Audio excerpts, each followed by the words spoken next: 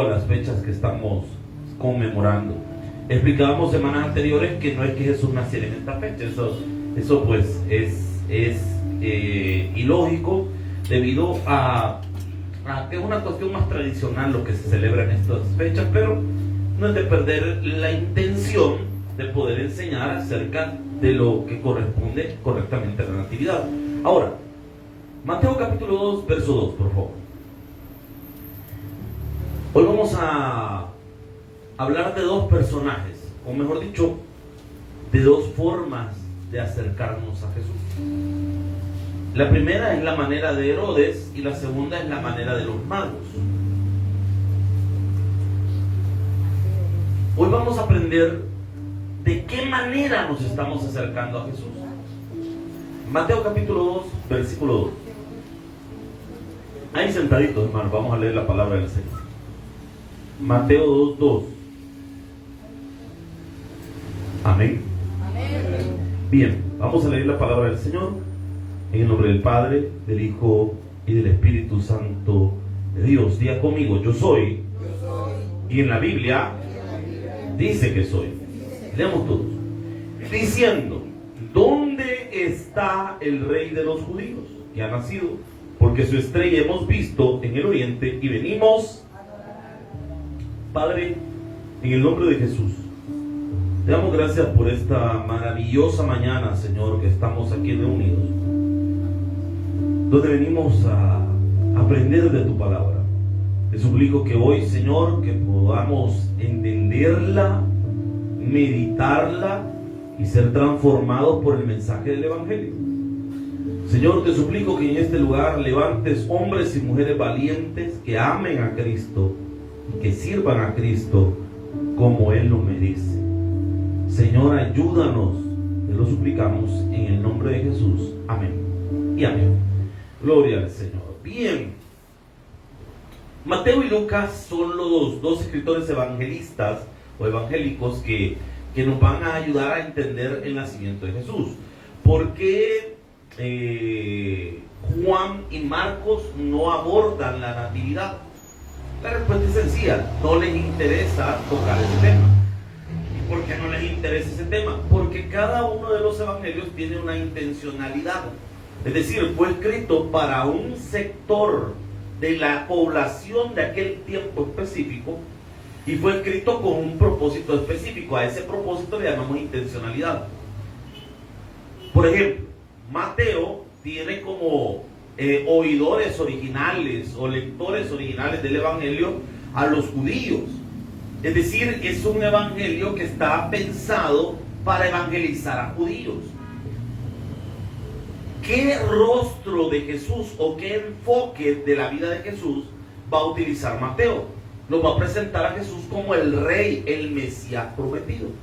En virtud de eso, entonces a Mateo sí le interesa explicarnos el nacimiento de Jesús, porque en el nacimiento de Jesús hay promesas del Antiguo Testamento que se iban a cumplir, y esas promesas son las que le daban legitimidad al ministerio de Jesús como el Mesías.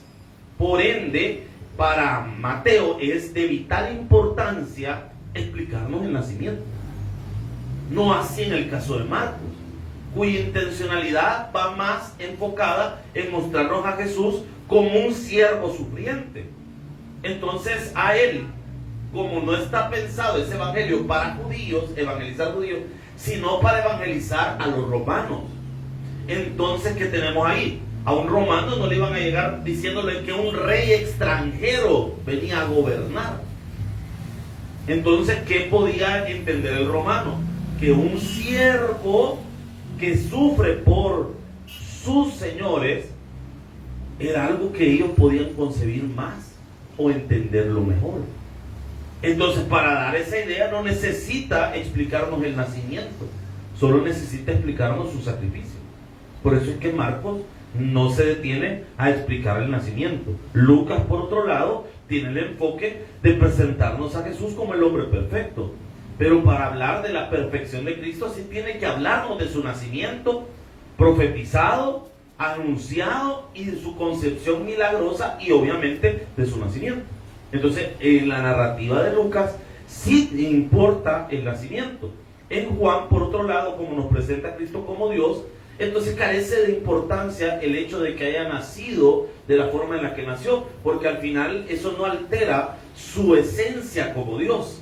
Entonces, cada uno tiene su enfoque en lo que le trato de decir. Ahora, volviendo a Mateo, Mateo es el único que incluye esta narración tan interesante.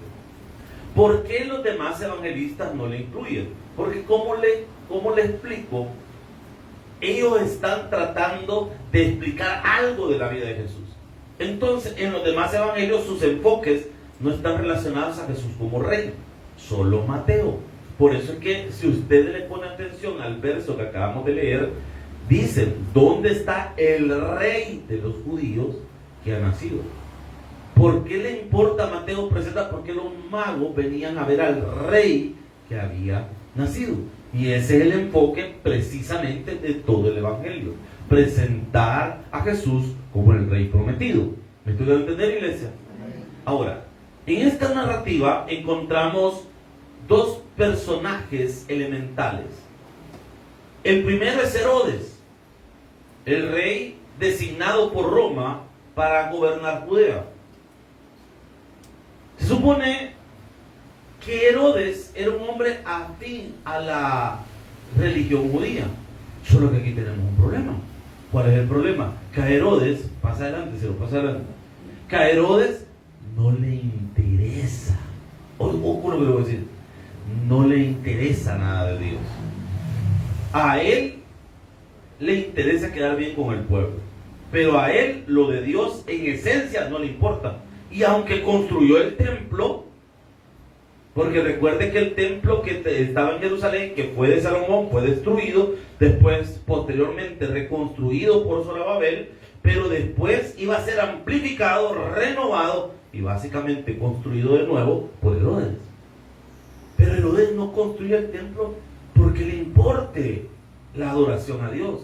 Él construye el templo porque está pensando en su propio nombre, porque Herodes deseaba ser conocido como el gran constructor. Mire, construye Cesarea de Filipos, que si usted viaja a Israel, eso es un lugar que hasta la fecha existe, un lugar hermoso. Construyó anfiteatro, construyó Herodión, construyó un montón de lugares, hermano, y fortaleza, porque a él le interesaba ser conocido como el más grande de los reyes de Israel. Pero a él no le importaba a Dios. Si al caso construyó el templo porque era una obra magnífica que hablaba bien de él y de su reinado. A él no le interesaba lo que pasaba ahí. Y por otro lado tenemos a los magos. Si usted tiene la idea de tres viejitos viajando en camello, un maestro asiático, un maestro caucásico y un viejo morenito, negrito de cariño, digamos, negrito bimbo, morenito, usted está equivocado. Y lo que tiene es mitología católica en su haber. Pero no es eso. Según, primero, las caravanas que viajaban en el Medio Oriente, los beduinos, no constituían solo 2 o 3 personas. Ahí iban 20, 30, 40, 50, hasta 100 personas, hasta más probablemente. ¿Por qué viajaban el montón? Para cuidarse de los ladrones, para ayudarse. No viajaban 1, 2 o 3 personas.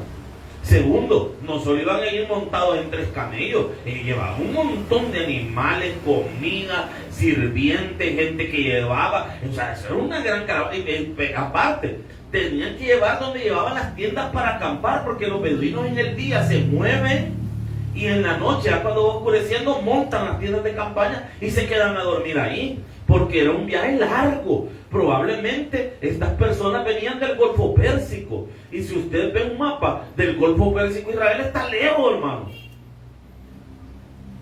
Vaya, para que se haga una idea, como que se vaya caminando desde aquí hasta allá por, ¿qué? Alaska quizás. O sea, es un gran tramo. Y obviamente lo iban a hacer solo 3 personas. ¿De dónde viene la idea de esos 3? Viene de la idea de que hay 3 formas de regalo, porque no solo le dieron 3 cosas, le dieron 3 categorías de regalo. Pero la gente, pues lastimosamente, interpreta de una forma incorrecta la escritura pero para eso estamos aquí, para aprender. Amén, hermano. Vale. Le digo que hay dos personajes aquí principales. Y estos dos personajes nos van a revelar la forma en la que la gente se acerca a Jesús. Unos se acercan para adorarle y servirle, y otros se acercan solo con otras intenciones ocultas. ¿Qué es lo que ocurre hoy en día? Por eso hay tanta apatía. Pastor, yo en una reunión hace poco, tuvimos una reunión para los premios Los Nuestros, que hubo hace poco en la central, y decía el pastor que es terrible como muchas iglesias están cerrando hoy en día. Y la constante no es que se abran iglesias, es que se cierran. ¿Y por qué están cerrándose las iglesias? Por una sencilla razón: la gente ya no se congrega. ¿Y por qué la gente ya no se congrega? Porque no le importa a Dios. Vivimos en la era de la comodidad. Y en la era de la comodidad, la gente no está dispuesta a esforzarse. No me malinterprete, yo soy el primero de pensar que si algo lo podemos optimizar y hacer de una forma más rápida y práctica, hay que hacerlo de esa manera. Yo soy de esa idea. Pero el problema es que en la virtud de querer optimizar recursos y hacer las cosas más prácticas, la gente se ha hecho tristemente demasiado cómoda. Pregunto yo, ¿por qué cree usted que venden esas máquinas de TV Offer que no sirven para nada, pero la gente las compra? ¿Usted cree que con darse corrientazo en el estómago va a bajar de peso, hermano? Y ahí de repente anuncian, con el nuevo sistema no sé qué, le ponen uno por aquí, le está moviendo toda la grasa, y corrientazo, y con las cuestiones eléctricas vas a bajar de peso. ¿Se baja de peso así, hermano? No. ¿Pero y por qué la gente lo compra? Porque ahí le dicen que va a bajar de peso sentado. Y la gente, ay, qué chido así sentado, va mejor. Porque la gente no quiere forzarse. La gente no quiere. La gente quiere resultados sin hacer nada. ¿Por qué cree usted que hay tanta migración de personas de Honduras, Nicaragua, a El Salvador? Primero porque aquí se gana en dólares. Bueno, reciben dólares. No ganamos en dólares, todavía ganamos en colones, pero es tema para otro día. Para la revolución y vamos a quemar llantas después, pero bueno. Hermano, pero porque se reciben dólares. Y aparte, porque aquí hay un montón de trabajo que la gente no quiere hacer. La gente dice, no hay trabajo. Hermano, sí hay. Lo que pasa es que a la gente no le gusta el trabajo. Pero de haber trabajo hay. Hermano, tenemos una tierra bien fértil en El Salvador. Fértil, como no tiene idea. Si no, mira que en cualquier parte donde hay tierra crece monte, hermano. Es más, si usted no se baña aquí, el ratito le va a crecer una su planta, hermano. O sea, la tierra en El Salvador es fértil. Pero la gente no disfruta o no ve la bendición. ¿Por qué? Porque pregúntele a alguien si tiene un sueño. Mire, usted tiene un sueño de tener algún día en su campito ahí, producir verduras y venderlas. Nadie quiere hacer eso. ¿Y por qué no quiere nadie hacer eso? Porque no nos gusta esforzarnos. Los trabajos manuales han perdido ahora. Si dentro de poco estamos a punto de entrar a una generación donde ya no vamos a encontrar ni carpintero, hermano. Si los trabajos ya nadie los quiere, hermano. Antes era común encontrar personas que trabajaban de limpiar la grama, de arreglar, de dar forma a los árboles. Ahora ya no se halla nada de eso. Usted encontrar a alguien que trabaje de eso es una reliquia, hermano. Ya nadie quiere trabajar de eso. ¿Y por qué? Porque nos hemos vuelto una generación cómoda. Es que esa es la realidad, las generaciones son cómodas. Y eso incluye hasta mucho en la iglesia. La gente tiene las iglesias a veces a la par de su casa. Y va a ir al culto con una leve, pero miren lo que voy a decir, con una leve, pero leve sensación de cansancio que se le quita con bañarse. Ya no llego al culto. Se van a cansado. Ay, ven al culto. ¿Qué hora son? Son las 7:30, ya no llegamos. No llegamos. Pero mamá, si vivimos, ay no más, si solo salimos de la casa y estamos en la puerta de la iglesia, ya no llegamos. Pues vámonos a acostar. Ahí lo ponen de todas formas, hoy lo suben a YouTube, ahí lo vamos a ver. La comodidad nos está matando. Aló, hermano. No se diga servir. Porque, ay, si ni me gusta hacer limpieza aquí en la casa, voy a hacer limpieza en nada, está loco. Y va a ir a evangelizar, no, veo como que yo mandar a solear, no, el día que hay un evangelismo en la noche, quizás ahí vaya, pero no, el día que va a gran sol, no, no decimos ni siquiera nombre, sino nombre vos. Aló, porque vivimos en la era de la comodidad. La gente no se quiere esforzar, porque estamos acostumbrados a que queremos hacer todo, queremos ver resultados sin esfuerzo. Y de eso quiero hablar esta mañana. Entremos en materia, versículo 1, por favor. Cuando Jesús nació en Belén de Judea, en los días del rey Herodes, vinieron del oriente. No nos ubica geográficamente. La mayor hipótesis indica que probablemente vinieran del Golfo Pérsico, influenciados obviamente por los escritos bíblicos, porque recuerde que Israel estuvo deportado en Babilonia un par de años y la influencia de los judíos en Babilonia fue grande. Por lo tanto, es muy probable, ahí nos está poniendo parte del mapa para que lo veamos, allá pueden ver más o menos donde, allá está el Golfo Pérsico, miren. Y allá donde ve Jerusalén, allá aparece cabal Israel de aquel lado, todo eso es lo que probablemente se atravesaron, y ahí se ve chiquito, pero en realidad es un montón de camino. Entonces, algunos dicen que probablemente de ahí venían. Cuando habla de, primero, no son reyes, porque ninguna, si usted lee ahí dice magos, no reyes. Eso de reyes magos fue otra pajística que nos inventamos con los años, pero no tiene nada que ver con los escritos originales. Ahora, vea qué dice acá. Vinieron del oriente a Jerusalén unos magos. Cuando hablamos de magos no hablamos de gente que sacaba conejos de un sombrero, que acababan los vacíos, que tiraban los naipes o algo por el estilo, o peor aún el concepto de mago que nosotros tenemos de este lado del mundo, donde para nosotros mago es un brujo. Quizás de Izalco iban, hermano. Porque de Izalco viajaron para allá, ¿verdad? No, hermano, no era ese tipo de mago. Mago en la Biblia es las personas que estudian las estrellas. Desde tiempos antiguos, nuestros ancestros han estudiado las estrellas para entender el posicionamiento global. Antes de la existencia del GPS y todo ese montón de volados, nuestros ancestros medían los tiempos y todo a través de las estrellas. Entonces estamos hablando de ese tipo de personas. Pocas palabras, personas que eran científicos, para que me entiendan. Versículo número 2. Diciendo, llegan donde Herodes y llegan diciendo: ¿dónde está el rey de los judíos que ha nacido? Porque su estrella hemos visto en el oriente y venimos. Dos elementos primero que me interesan de los magos. El primero es el estar alerta esperando una señal de Dios.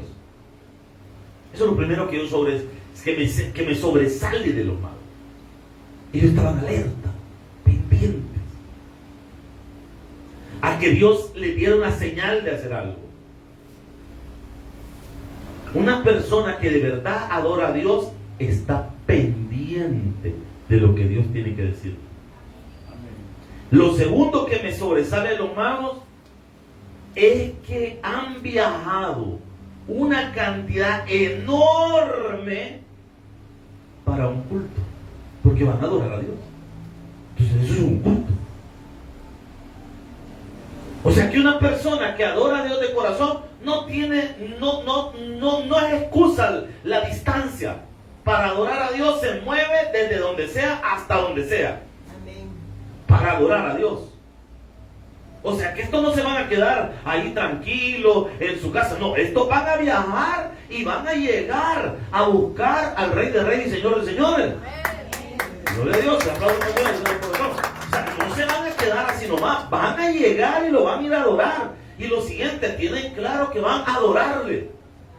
Y vamos a entender el concepto que ellos tienen de adoración. Por otro lado, en una contraposición directa, tenemos a Herodes. Versículo número 3. Oyendo esto, el rey Herodes se turbó. ¿Por qué se turbó? Porque no lo estaba esperando. El que construyó el templo, el que se supone que es el rey de Israel, que se supone que medita en la palabra de Dios, no estaba esperando nada de Dios. ¿No le parece muy parecido eso, hermano? A nuestros días.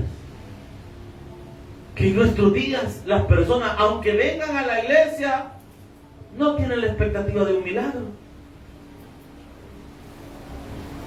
Y de repente olvidamos que estamos pidiéndole algo a Dios.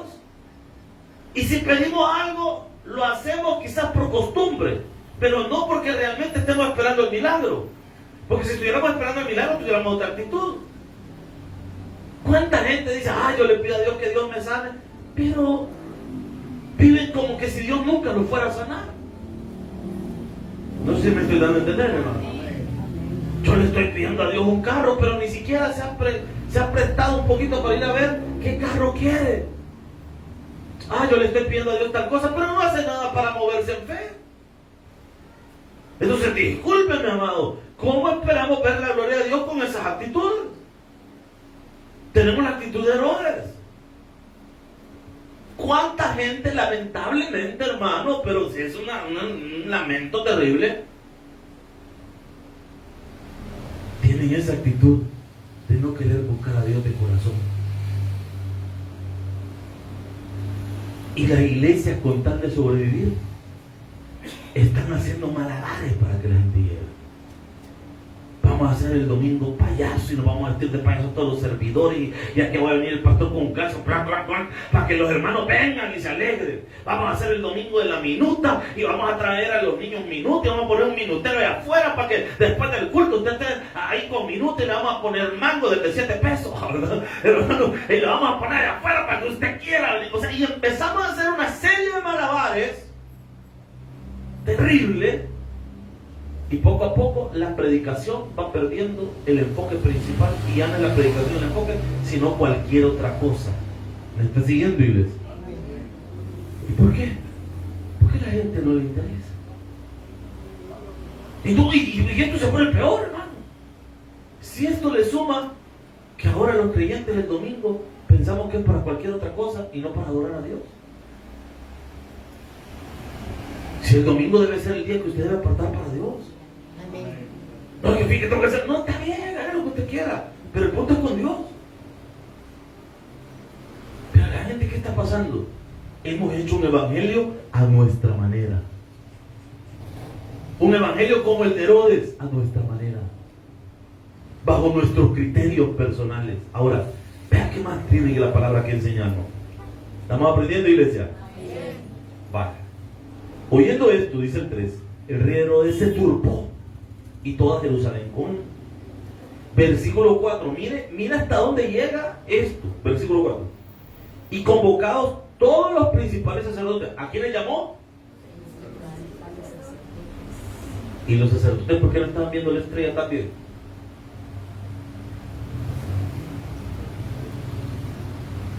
Jerusalén de Belén está cerca, muy cerca.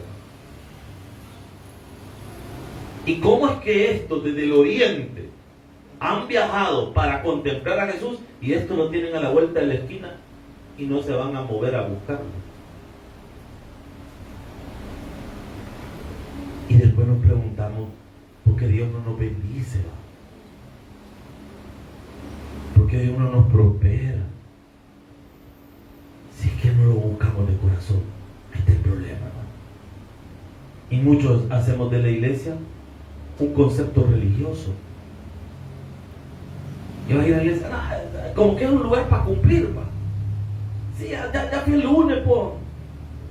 Es más, yo estaba viendo un video por ahí y una persona se había puesto un logo de una iglesia en la cabeza y era un juego de adivinanzas. Y cuando adivinó que era cuando estaba adivinando que era una iglesia, le dan como le dice una persona, son una institución de no sé qué, que se va una vez por semana por lo menos.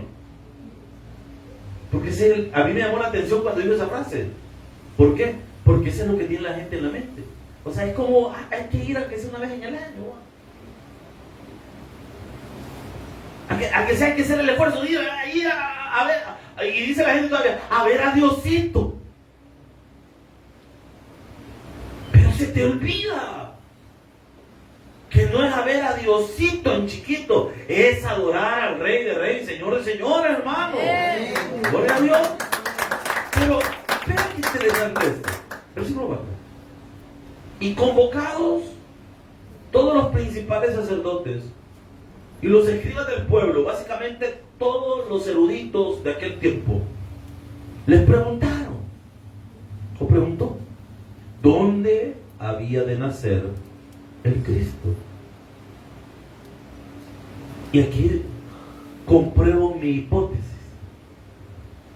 El problema no es de conocimiento. Porque la gente dice, que la gente ignora lo de Dios, hay que enseñarles lo de Dios, hay que enseñarles la palabra. Fíjese que yo no creo que ese sea el problema del siglo XXI. Porque el conocimiento está al acceso de todos nosotros. Es más, para saber algo, usted ni leer necesita. Lo puede escuchar. Por ejemplo, todos nuestros teléfonos vienen con una inteligencia artificial ahora incluida, que es Gemini. Y Gemini funciona con comandos de voz. Usted solo habla y de repente el teléfono hace la búsqueda y se la dicta, ni la tiene que leer, se la va a dictar. Usted de repente dice, ¿qué significa tal cosa? Y le aparece una explicación puntual, directa, bien hecha, una investigación bien realizada en segundos. O sea que el problema no es de conocimiento. El problema es de relevancia y de importancia en el corazón. ¿Por qué? Porque vea la respuesta de los sacerdotes y de los escribas. Versículo número 5. Ellos dijeron, en Belén de Judea, porque así está escrito por el profeta. ¿Conocían o no conocían dónde tenía que nacer el Cristo? Sí lo conocían, porque no lo fueron a buscar. No les importa. ¿Usted cree que la gente no sabe que tiene que venir a la iglesia? Sí lo sabe. ¿Usted cree que la gente no sabe que tiene que leer la Biblia? Claro que lo sabe. Pregúntenme si les importa. Ahí está la respuesta. Si a una persona le dan a escoger entre hacer una cosa o venir a la iglesia, a veces accedemos hacia la cosa, no hacia la iglesia. Mira, tenemos el chance de ir a la iglesia o qué decir, nos vamos al puerto. El puerto. La iglesia puede esperar. ¿Y qué tal si ese día Dios te quería decir algo? Si te dan a escoger, ¿qué seleccionarías? Ellos tenían la posibilidad de ir a adorar a Jesús, no lo quisieron. Sabían dónde era. Es más, citan el verso en el Antiguo Testamento, porque dice el versículo 6: y tú, Belén, de la tierra de Judá, no eres la más pequeña entre los principales de Judá, porque de ti saldrá un guiador que apacentará a mi pueblo Israel. Conocían, citaron el versículo y fueron. No. ¿Por qué? Porque no quisieron. ¿Cuántos hermanitos el día domingo, en lugar de venir a la iglesia, están en una cancha? No estoy criticando, no topamos los huevos a jugar. Sé que no es pecado ir a jugar. ¿Sabe qué es pecado? Cambiar a Dios por un juego. Eso sí es pecado. Pero no importa. ¿Cuántas personas van a ir? ¿Cuánta gente no va a visitar hoy una iglesia porque tienen que lavar? Y va a ir al culto. Ay, que viera que tengo un tanate de ropa hoy, entonces puede decir, no hombre, yo quiero ver que le la lavo. ¿Por qué no la lava después del culto? ¿Por qué no prioriza su visita a la casa de Dios? Si es que no es problema ir a la cancha, porque no viene al culto y después se va a jugar. ¿Cuál es el problema? Es que Dios no le está impidiendo que usted haga su vida. Hay personas que a la iglesia le echan la culpa de todo. Si se enfermó es porque va al culto. O sea, no tiene nada que ver, que tiene una mala dieta, que se alimenta mal, que no se lava las manos antes de comer, que no lava los instrumentos que usa para cocinar. No, eso no tiene nada que ver. Se enfermó porque fue a la iglesia. Como es el diablo. Pero echamos la culpa al culto. Ay, fíjate que estoy estresado, es que mucho vas a la iglesia. O sea, no tiene nada que ver que la deuda, los problemas familiares, que su familia vive peleándose unos con otros, que nadie quiere pagar los recibos. No, eso no tiene que ver. Ese no es el estrés. El estrés es porque usted viene a un culto de 1 hora y media. Ay, que no me alcanza el día. No me alcanza. Es que es porque vas a la iglesia. O sea, el día tiene 24 horas y no te alcanza porque 1 hora y media la dedicaste a ir a la iglesia. Y las otras 22 horas, no importa. Silencio en la casa del Señor. A todos le echamos la culpa a la iglesia. De enfermedad. Es que mire, la iglesia de repente la gente la agarra como que es pañuelo para limpiar todo, pues. En la iglesia no limpiamos todo. A la iglesia le adjudicamos los problemas familiares, a la iglesia le adjudicamos. Hay gente que es tan sinvergüenza que hasta el divorcio se lo dedica a la iglesia. ¿Y por qué te divorcias? Por la iglesia. Es que por la iglesia tuve un problema. Tuviste un problema porque el viejo es un gran pícaro. Debe estarle metiendo a la iglesia. Que a la iglesia le echamos la culpa.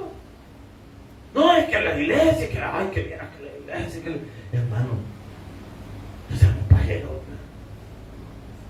Y se lo voy a decir a mi manera, hermano, y disculpe si lo ofendo con lo que le voy a decir, pero hay que ser varón y hay que ser mujer y aguantar, hermano, y tomar decisiones correctas, hombre.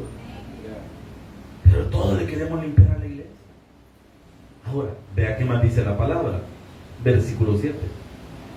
Entonces Herodes, llamando en secreto a los magos, indagó de ellos diligentemente el tiempo que le apareció la estrella. O sea, esta aparente deseo de conocer de Herodes no es otra cosa más que una intención oculta. La intención oculta era el rango de edad que probablemente Jesús tuviera en ese momento para mandar a matar a los niños. Hay mucha gente que viene a las iglesias y no tiene la intención de adorar a Dios. Y eso es una cosa real. Hay gente que a las iglesias va a buscar cualquier otra cosa y no quiero señalar. Pero es cierto, hay gente que va a buscar un montón de volados, otras intenciones, pero no va a buscar a Dios. Y lo que se viene a la iglesia es a buscar al Señor. Si hay intenciones ocultas, entonces estamos en el pecado de Herodes. Y dice el versículo número 8. Y enviándolos a Belén, ¿por qué? Si está preguntando dónde nació Jesús, ¿por qué no va él también a adorarlo? Si esa es su intención. Eso es como lo que dicen a veces algunas personas. ¿Va a ir a la iglesia? Sí, a orar por mí, por favor. Bueno, y vos, ¿por qué no vas? Pues? Si tu intención es que Dios te bendiga y realmente estás interesado en la bendición de Dios, ¿por qué no vas vos también? Porque hay gente que toda la vida dice, hijo, ¿y vas a ir a la iglesia? Sí, mamá, hay orar por nosotros. ¿Y usted por qué no viene? Aló, estamos acá, hermano. Otros que todavía son más campeones. Te voy a ir a dejar. Ese es más campeón todavía, mire. Porque se alistó para salir, se arregló para venir, alistó el carro, la vino a dejar a la puerta de la iglesia. Nada le costaba quedarse. Pero lo quiso. Porque en el fondo no le interesa. Ay, que a veces uno pasa ocupado. Dese en la carreta que usted quiera. Convénzase como usted quiera. Pero la verdad usted la sabe. No le importa. Esa es la verdad. Nos decimos un montón de cosas a nosotros mismos para aliviar el sentimiento de carga. Pero la verdad es otra, hombre. Si a la gente no le interesa. Hay personas que no le interesan. Y muchos de nosotros sabemos que es así. Y espérame que todavía esto se pone peor. Vea lo que dice acá, hermano. Versículo número 8, perdón. Y enviándolos a Belén dijo: id allá y averiguad con diligencia acerca del niño. Y cuando le deis, hacedmelo saber, para que yo también vaya y adore, y le adore. Gran mentiroso. Versículo 9. Esta es otra cosa, antes que me olvide. Todas las personas que están en el camino de Herodes son mentirosos. Porque Herodes ahí está mintiendo. Él no tiene esa intención, está mintiendo. Y van a ir al culto. No, fíjate que tengo un viaje ahorita, tengo una situación en que yo no voy a poder visitar, pero ay, Dios sabe que yo quisiera ir. Y no tiene nada que hacer. Está mintiendo. Porque si quisiera venir, lo hiciera. Pero está mintiendo. Otra cosa es cuando de verdad hay un compromiso. Pero hay gente que miente. No tiene ningún compromiso. No tiene nada. Simple y sencillamente no quiere. Pero para decir, como se oye muy feo decir no quiero, entonces inventamos cosas. Sigamos mejor, hermano. Lo veo todo bien triste, hermano. Disculpen, hermano, por esto que predica la palabra. No es mi intención hacerlo sentir mal, pero es que es la palabra, hermano. Versículo 9. Ellos, habiendo oído al rey, se fueron. Y he aquí la estrella que habían visto en el oriente iba delante de ellos. Cuando dice iba delante de ellos, muchos de nosotros nos imaginamos a una estrella que iba iluminando como los pasos de ellos. Pero en realidad hay que entender que se estaban guiando por la estrella. Y eso, ¿cómo se guía alguien por una estrella? Si alguien sabe un poquito de navegación, sabe de lo que le estoy explicando. Por ejemplo, hay una estrella que utilizan todos los que navegan cuando se pierden, porque siempre está hacia el norte. Entonces saben que al encontrar en el plano esa estrella, pueden guiarse a ver que ese es el norte, y en base al norte empezar a sacar ahí la distancia hacia dónde pueden moverse. Entonces cuando dice que la estrella lo guiaba, era esa práctica de encontrar un punto en el cielo y a través de ese punto lograr calcular hacia dónde mover. Claro, para eso hay que estudiar cómo se hace un volado. Para si usted me pregunta una idea, hasta el GPS nos confunde usted. Entonces, es otra onda, ¿va? Ahora, vean lo que dice acá. Versículo 10. Y al ver la estrella, se regocijaron con muy grande gozo. Y qué bonito, cómo llega, ¿va? Cómo está esta gente gozosos de que van a adorar a Dios. Si hay que venir a la iglesia, no tiene que ser una cuestión de que usted se deprima, es todo lo contrario, eso es un momento de gozo, adorar a Dios, cantarle, escuchar su palabra.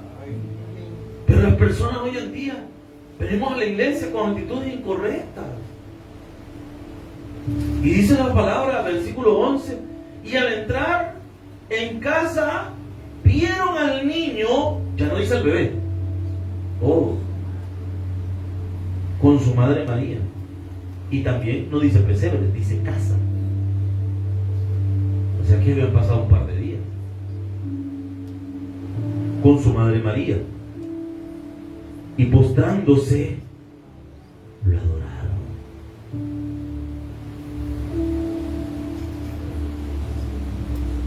Cuando vienes a la iglesia y no te postras delante de Jesús, estás perdiendo tu tiempo. Hay que venir con esa actitud. No le digo que se ponga de rodillas, le digo que humille su corazón delante de Dios.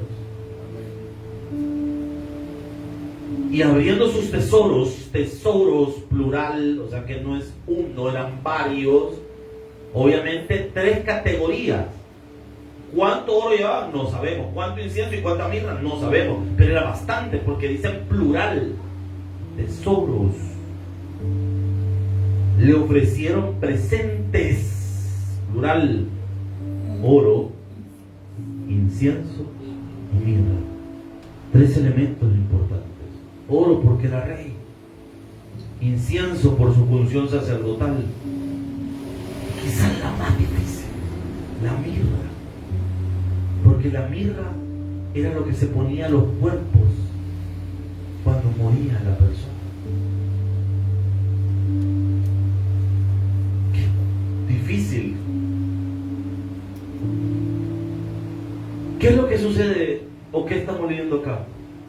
Lo que el proverbista había dicho hace ya varios siglos atrás. En Proverbios capítulo 1, versos del 20 en adelante. Hay algo que el libro de Proverbios ya había anticipado. Que la sabiduría de Dios iba a ser expuesta. Pero la gente, en lugar de adoptar la sabiduría como algo para ellos, tristemente, van a rechazar la sabiduría de Dios. Y eso pasa. Cada vez que alguien se niega a venir a la iglesia, cada vez que alguien se niega a leer la Biblia, cada vez que alguien se niega a orar, se está privando de la sabiduría de Dios. Se está privando de la sabiduría de Dios. Dice en el verso 20, la sabiduría clama en las calles. Yo cuando leí la primera vez este verso, antes de interpretarlo en su contexto, lo primero que se me vino a la mente es toda la gente que anda evangelizando en las calles. Ahí está la sabiduría de Dios, el mensaje de Dios siendo predicado. ¿Y cuánta gente pasa de largo sin prestarle atención al mensaje? ¿Cuánta gente pasa frente a una iglesia y ni una vez han tenido ni la mínima intención de entrar? Herodes, los sacerdotes, los escribas no tuvieron la intención. Igual la sabiduría llegó a su puerta. En esos magos Dios le estaba anunciando a Herodes y a los sacerdotes: el Mesías nacido, vayan y adórenlo. Pero ¿qué decidieron hacer? Nada. La sabiduría de Dios clamó en ese momento, pero no hicieron nada. ¿Cuántas personas están así hoy en día? Van pasando los canales y de repente aparece el canal 17, está alguien predicando ahí y de repente lo pasó. La sabiduría de Dios le clamó en ese momento y no lo quiso. La sabiduría de Dios hoy se va a subir a los buses y van a ver hermanos predicando la palabra del Señor en los buses. Bien o mal, bien hecho, mal hecho, independientemente, ahí está la sabiduría de Dios. ¿Y cuánta gente, en lugar de prestar atención, van a subirle más a su volumen de su celular y van a ponerse los audífonos para ignorar la sabiduría de Dios? ¿Cuántas personas van a recibir el testimonio esta semana en hospitales, con los diferentes ministerios de las diferentes iglesias llegando a visitar los hospitales? Y en lugar de prestarle atención a la sabiduría de Dios que anda en esos hermanos o hermanas que andan visitando los hospitales, van a decidir envolverse mejor en la toallita y acostarse y no prestar atención.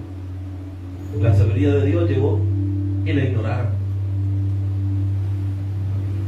¿Cuántas personas van a pasar frente a una iglesia y va a haber un hermanito, una hermanita, una diaconisa, un diácono, un servidor afuera de la iglesia haciendo la invitación a que entren, y las personas con hasta cierta actitud prepotente: no quiero, no necesito, y van a pasar de largo? De nuevo la sabiduría de Dios siendo anunciada, pero la gente decide voluntariamente ignorar la sabiduría de Dios.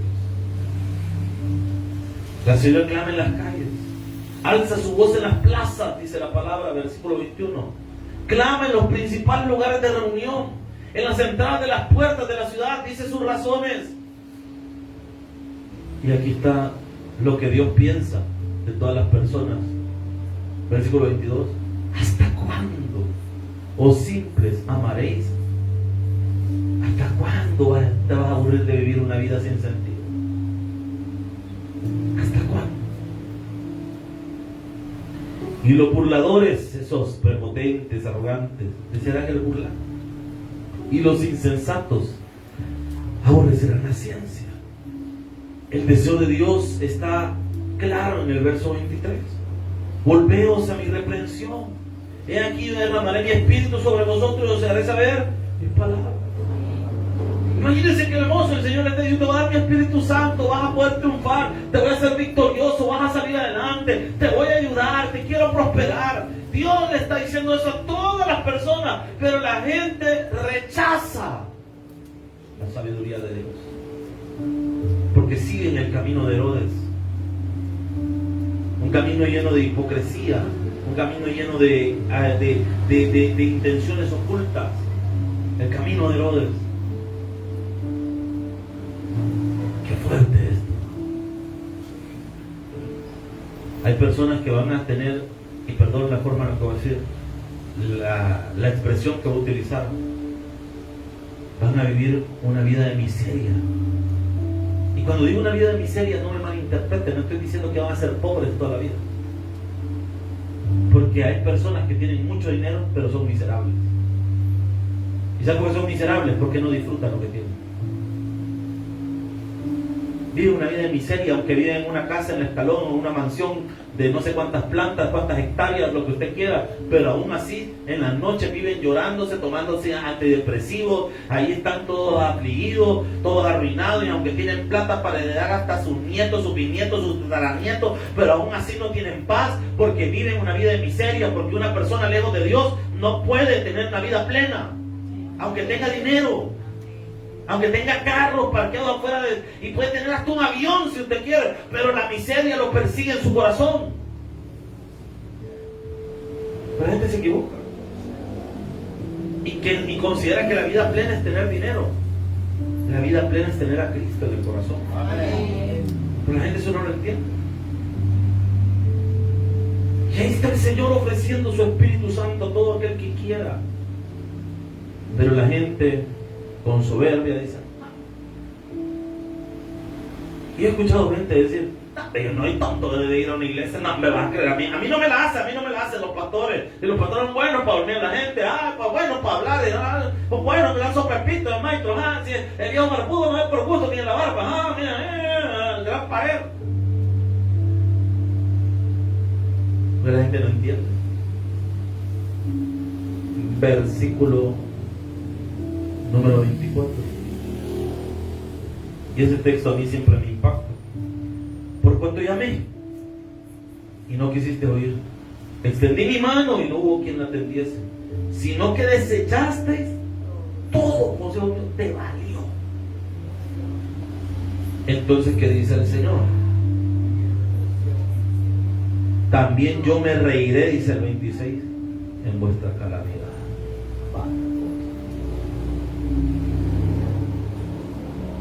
Es que Dios me ha abandonado. ¿Quién abandonó a quién primero? ¿Quién decidió voluntariamente ya no congregarse? ¿Quién decidió ya no leer la Biblia? ¿Quién decidió ya no orar? Pregunto. ¿Fue Dios o fuiste tú? Y entonces ahí está la respuesta. Ay, ¿por qué Dios permitió que esto me pasara? Porque te alejaste, ¿no? Te saliste de la cobertura. Te valió. Y dice todavía la palabra, versículo 27, cuando viniere como una destrucción lo que teméis, vuestra calamidad llegará como torbellino, cuando sobre vosotros viniere tribulación y angustia. Versículo 28, entonces me llamarán y no responderé, me buscarán de mañana y no me hallarán. ¿Qué está diciendo Dios? Te voy a pegar una ignorada de respeto, porque me ignoraste primero. Ay, eso pues suena a venganza. No, no es venganza, es justicia. Dios es justo. Si hubo una persona que cuando Dios le hizo el llamado, esta persona reaccionó positivamente, cambió su vida, se acercó a Dios, cuando esta persona que se acerca a Dios de corazón viene y necesita algo de Dios, Dios va a estar para él. Pero una persona que voluntariamente decidió ignorarlo, Dios lo va siguiendo, Dios lo buscó, le tocó el corazón y aún así la persona no quiso, entonces discúlpeme, ahí que esta persona cuando las consecuencias de sus decisiones le visiten, que no le eche la culpa a Dios, las consecuencias de nuestras decisiones. Y hermano, muchos de nosotros no hemos visto o no nos hemos dado cuenta que estamos viviendo las consecuencias de nuestras decisiones. Yo quiero que esta mañana pueda recapacitar y preguntarse qué camino está siguiendo, el de Herodes o el de los malos, porque muchos de nosotros estamos caminando por el sendero de Herodes y no nos damos cuenta. Es importante buscar a Dios de todo corazón. Amén. Es importante aprender que cuando Dios extiende su mano hay que agarrársela. Que cuando Dios nos está estrechando la mano para que seamos bendecidos es porque Él desea que nos vaya bien. Si Dios no nos está diciendo, hermano, cosas para que nos vaya mal, nos está diciendo cosas para que nos vaya bien. El anhelo de Dios no es que estemos enfermos, hermano. Quítese eso de la cabeza. Porque hay gente que dice, no, es que Dios me quiere enfermo. ¿Quién le ha dicho esa mentira? ¿Y por qué dice que es mentira? ¿Qué dice la Biblia? Por su llaga hemos sido sanados. Entonces, si Él pagó en la cruz para que usted y yo seamos sanados, hablando en primer lugar del pecado y obviamente pudiéndolo aplicar a nuestra salud, entonces ¿por qué Dios lo va a tener enfermo? Los que nos tienen enfermos son nuestras malas decisiones.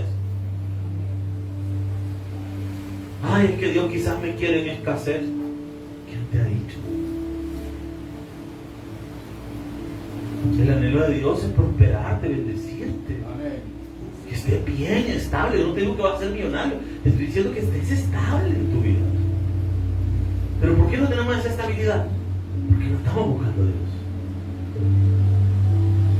No estamos buscando al Señor. No queremos esforzarnos. Ah, pastor, pero usted no sabe cómo me cuesta venir a la iglesia. Pues ese esfuerzo Dios sí lo ve. Yo puedo ser que no lo sepa, pero Dios sí lo ve y Dios te lo va a recompensar. Dice, ay, pastor, es que viera que a mí como me duelen las piernas, pero yo hago el esfuerzo por llegar a la iglesia. Ese esfuerzo Dios te lo va a recompensar. Porque estás dejando la zona de tu comodidad y estás dejando la paz de tu hogar para venir a la iglesia. Eso Dios lo ve con buenos ojos, hermano. Mira, pastor, yo estoy cansado, pero aún así me viene al culto. Y si ahí me estoy durmiendo, no me va a estar molestando. Déjenme dormir. Pero mire, aquí estoy. Ese esfuerzo Dios se lo va a recompensar tremendamente.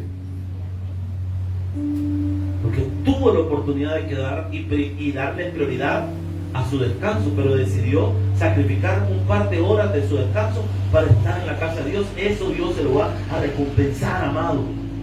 Pero aprenda a esforzarse por Dios. Yo este tema de viajar para ir a una iglesia lo he hecho toda mi vida. Por eso para mí las distancias no me asustan. Después de viajar 3-4 horas para ir a servir una misión, créame, cualquier distancia le parece poco. Y le digo que vale la pena esforzarse para ir a hacer algo de Dios o para buscar al Señor. Yo he viajado hasta Guatemala para un culto.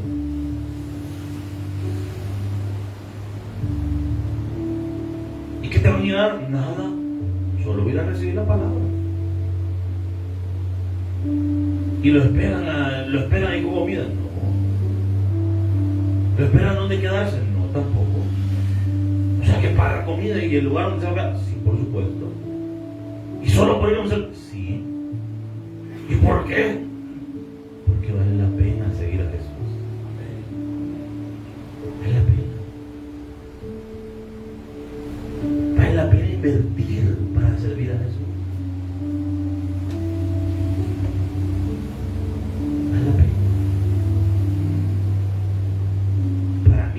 Iglesia implica un costo, pero vale la pena. Y solo le doy un numerito para que le dé risa.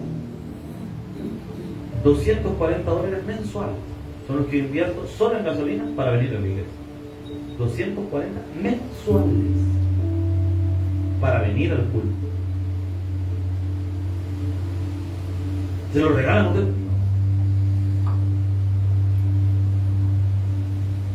Y solo estoy hablando de gasolina. Si a eso le añade la depreciación del vehículo, el maltrato, que hay que cambiarle repuestos, hay que cambiarle,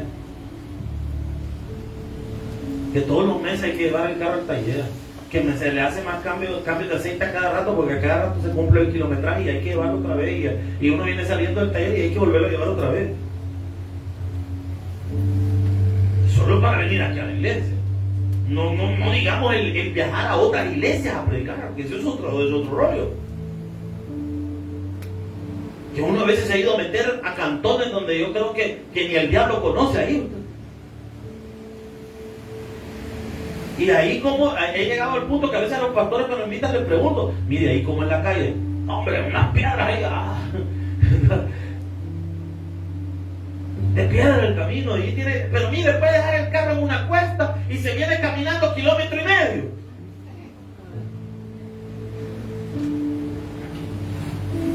Y usted va así, vamos. ¿Y por qué lo hace? Porque vale la pena servir a Jesucristo. Vale la pena servir a Jesucristo. ¿Cuál es el detalle? Que muchos de nosotros no entendemos. No estamos dispuestos a hacer sacrificios por Jesús.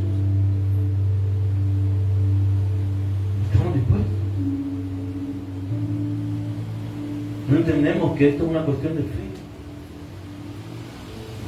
No queremos sacrificar nada. Mucho en nuestra comodidad, en nuestro descanso queremos sacrificar. Ay, que muy lleno, ay, que mucho calor, ay, que no sé qué. Y empezamos a poner una serie de excusas. Porque hemos olvidado lo principal. Lo que estos magos entendieron. Que el Rey ha nacido y vale la pena adorarle y servirle. Un fuerte aplauso al Señor. Gracias. Padre, te damos gracias por lo bueno que tú eres. Te bendecimos esta mañana. Te damos gloria y honra, Señor.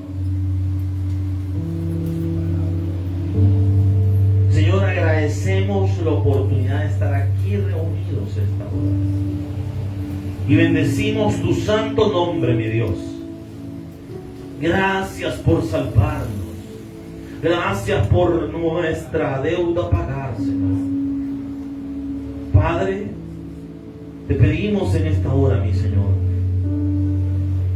que podamos recibir de ti el respaldo sobre nuestra vida. Que podamos recibir, Señor, los milagros. Ayúdanos a cambiar, Señor, nuestra manera de ver el mundo, nuestra manera de actuar, Señor. Perdónanos, Padre Celestial, y ayúdanos, Señor. Te suplicamos en esta hora, mi Dios, que tú obres en nuestra vida y en nuestra familia. Señor, clamamos en esta hermosa y maravillosa mañana, Señor. Y te pedimos hoy, mi Dios, que podamos encontrar de ti las respuestas a nuestra vida. Señor, ayúdanos, por favor.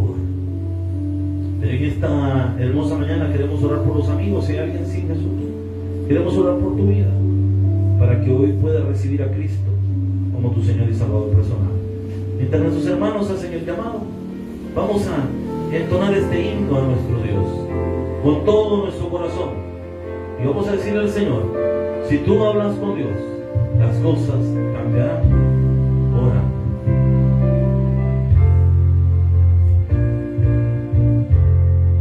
Si tú hablas con Dios, las cosas cambiarán. Orando, cualquier necesidad Él la resolverá. Orando,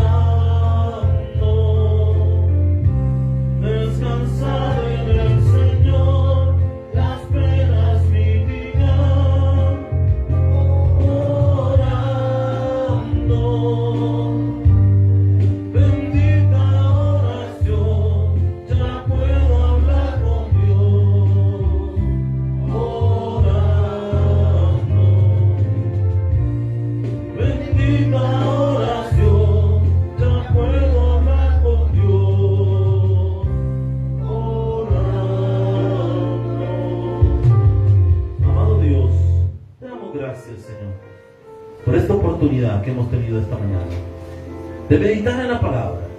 Llévanos con bien, Señor, a nuestros hogares.